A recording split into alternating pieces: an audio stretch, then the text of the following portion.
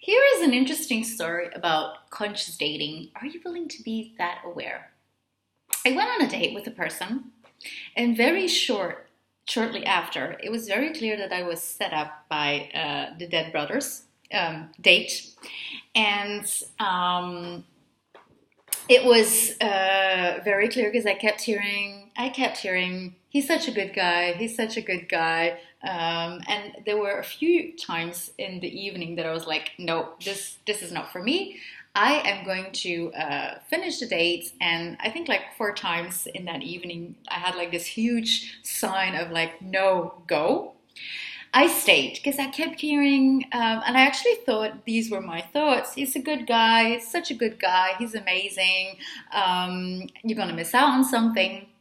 And then suddenly, in the middle of the night, after I spent the night, I woke up and it was loud and clear that the spirit, that brother wanted me to be his new mom and wanted to come with me to Europe.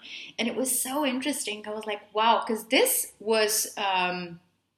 it was shocking, quote unquote, but also was giving me a different choice. So I made sure that I wasn't pregnant. Like I really said to him, like, this is not happening. You better go somewhere else.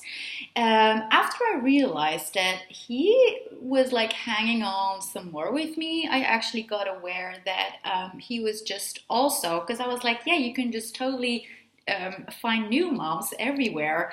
It doesn't have to be specifically me, but it was like he knew also that I had the tools to create something greater for what he really desires. He really desires something greater, and he just knew that I had the tools to help him forward. And so I did. And it had nothing to do with the guy that I was dating with, because that turned out to be not such a very generative move, and basically was very unkind for my body.